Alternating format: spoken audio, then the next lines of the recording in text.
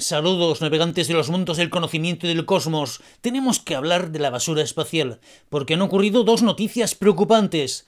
La primera es que el 19 de diciembre se destruyó en el espacio, por causas desconocidas, un satélite militar de los Estados Unidos. Y la segunda noticia es que el 22 de diciembre un satélite chino se desintegró sobre territorio estadounidense.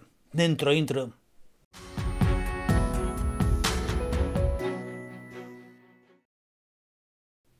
El 19 de diciembre, la Fuerza Espacial de Estados Unidos informó que había identificado lo que ellos llaman evento de fragmentación de baja velocidad, que involucró a la nave espacial DMSP-5D2 F-14.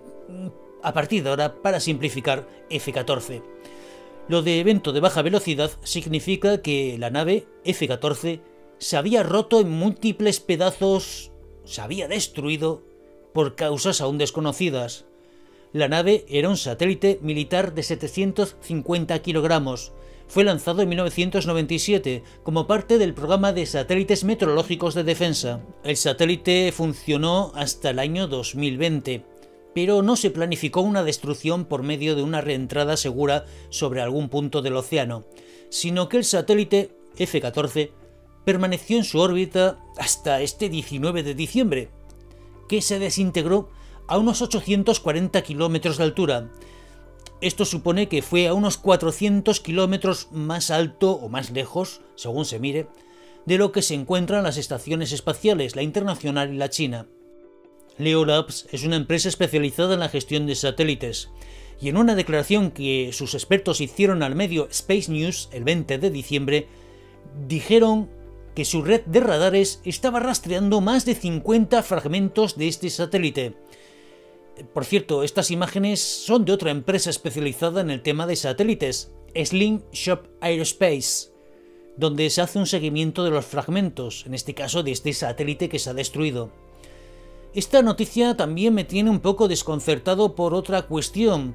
¿Por qué los militares necesitan un satélite meteorológico? Se supone que el diseño de este satélite ahora destrozado es similar al de los satélites meteorológicos operados por la NOAA, que es la Administración Nacional Oceánica y Atmosférica de los Estados Unidos. Por supuesto, la información del tiempo es fundamental para cualquier operación militar, pero la lluvia, el viento, la nieve, el granizo, etc. son iguales para un barco de guerra como para un barco pesquero o para un barco mercante. Es igual el tiempo para un avión de combate que para un avión de pasajeros. Puedo entender que los militares necesiten prioridad en la información del tiempo para sus operaciones, pero no que la forma de obtener esa información sea diferente a la que se ofrece por medio o se obtiene por medio de los servicios civiles. Porque esto puede suponer dudas. Tenemos dos métodos de recolección de información, uno militar y otro civil. Así que la duda que me surge es: ¿puede existir información meteorológica captada por satélites militares que sea clasificada como secreto militar? Una cuestión peliaguda, pero ojo a este otro dato que publicó el medio Space News, porque también es preocupante. Veréis, el satélite que se ha desintegrado ahora, F-14, es parte de una familia de satélites que tienen la fea costumbre de desintegrarse en el espacio. El F-13 se desintegró en febrero del 2015, el F-12 se desintegró en octubre del 2016, y años antes, en 2004, el F-11 se había desintegrado creando 56 piezas de escombros rastreables. Estos satélites se desintegraron a pesar de haber pasado por un proceso de pasivación, un palabrejo que significa poner en pasivo a un satélite. Es decir, una vez terminada su vida útil, se descargaba las baterías y se expulsaba los restos de combustible, elementos que con el tiempo se van degradando hasta poder llegar a explotar. Que un satélite explote puede ser por diversos desencadenantes, desde una tormenta solar a un fallo en el software, como por ejemplo pasó en octubre de este año 2024 con otro satélite, en este caso construido por la empresa Boeing, que se desintegró dejando al menos 20 piezas rastreables. Ahora, con la destrucción del satélite F-14, tenemos otra nube de al menos 50 fragmentos rastreables que se incorporan al cada vez mayor número de restos que orbitan a la Tierra. ¡Ojo a esta precisión! Fragmentos rastreables, rastreables por radar, porque pueden existir cientos de fragmentos pequeños que no se puedan captar. En la actualidad la situación está así. Según una estimación que hizo las Naciones Unidas, hay más de 128 millones de restos de menos de 1 centímetro en órbita a la Tierra. Ahí estarían, pues, restos de pinturas y restos de combustible. Estos son los menos peligrosos. No son un peligro serio para las naves espaciales, aunque pueden resultar mortales para los astronautas que deban salir al exterior, porque están protegidos únicamente por sus trajes espaciales y de vez en cuando tienen que salir para hacer algunas tareas, por ejemplo en la Estación Espacial Internacional o en la Estación Espacial China. Reparaciones, ajustes, etc. Un impacto de uno de esos fragmentos a uno de estos astronautas sería semejante o mayor a la potencia de recibir un balazo, debido a la fuerza cinética de estos fragmentos, que viajan a unos 28.000 km por hora.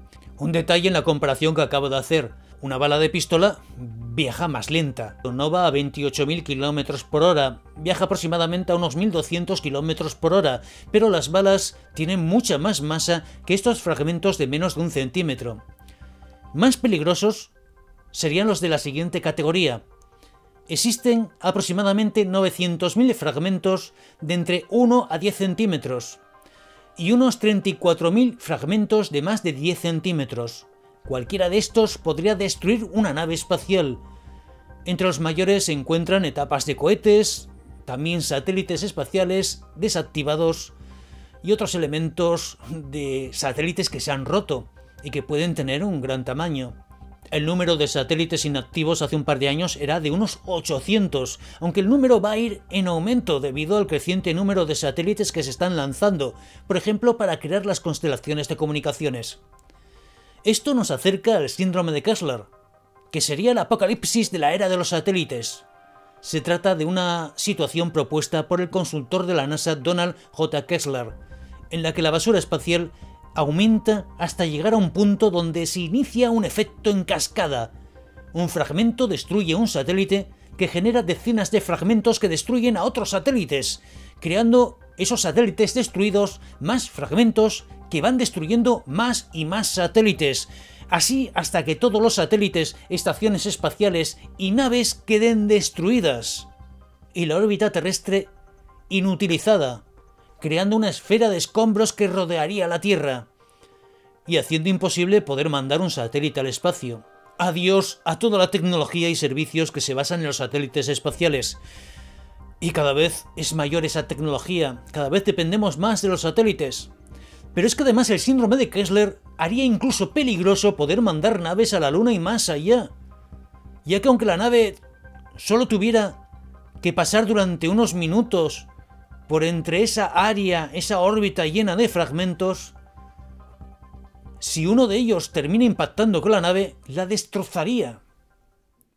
Si los fragmentos en el espacio son peligrosos, cuando caen a la Tierra también lo pueden ser. La otra noticia ocurrió en la noche del 22 de diciembre, cuando el satélite Haoying 1.02 de China se desintegró sobre Estados Unidos, en concreto sobre los estados de Mississippi, Missouri, Arkansas y otros limítrofes. El satélite estaba fuera de servicio desde hace unos 2 años. Según el astrónomo y experto en el tema Jonathan McDonnell, el satélite chino es relativamente pequeño, por lo que se espera que se hubiera desintegrado por completo. Dijo el astrónomo: desintegrarse por completo. Es un mantra que se repite al hablar de lo que pasa con los satélites cuando entran en la atmósfera, pero la realidad puede ser otra muy distinta. Como por ejemplo ocurrió el 8 de marzo de este año 2024, cuando un objeto de cerca de 1 kilo atravesó el techo y 2 pisos de una casa en Naples, en Florida. Justo entre el 8 y el 9 de marzo estaba anunciada la reentrada en la atmósfera de un bloque o plataforma de baterías de casi 2.600 kilos. Unas baterías que fueron desechadas de la Estación Espacial Internacional en marzo del 2021. La Agencia Espacial Europea advertía que había la posibilidad de que algunos fragmentos de este bloque de baterías terminaran impactando la superficie terrestre. Al final, esta plataforma de baterías acabó entrando en la atmósfera sobre el Golfo de México, entre Cancún y Cuba. ¿Era el objeto que impactó en la casa de Florida un fragmento de esa plataforma que supuestamente se iba a desintegrar en la atmósfera sin causar problemas? Pues sí. El 15 de abril, la NASA publicaba una nota donde lo confirmaba. Y también publicaba unas fotos impactantes. Fijaros en estas fotos. Podemos ver una pieza original de la batería y el objeto que cayó en Florida.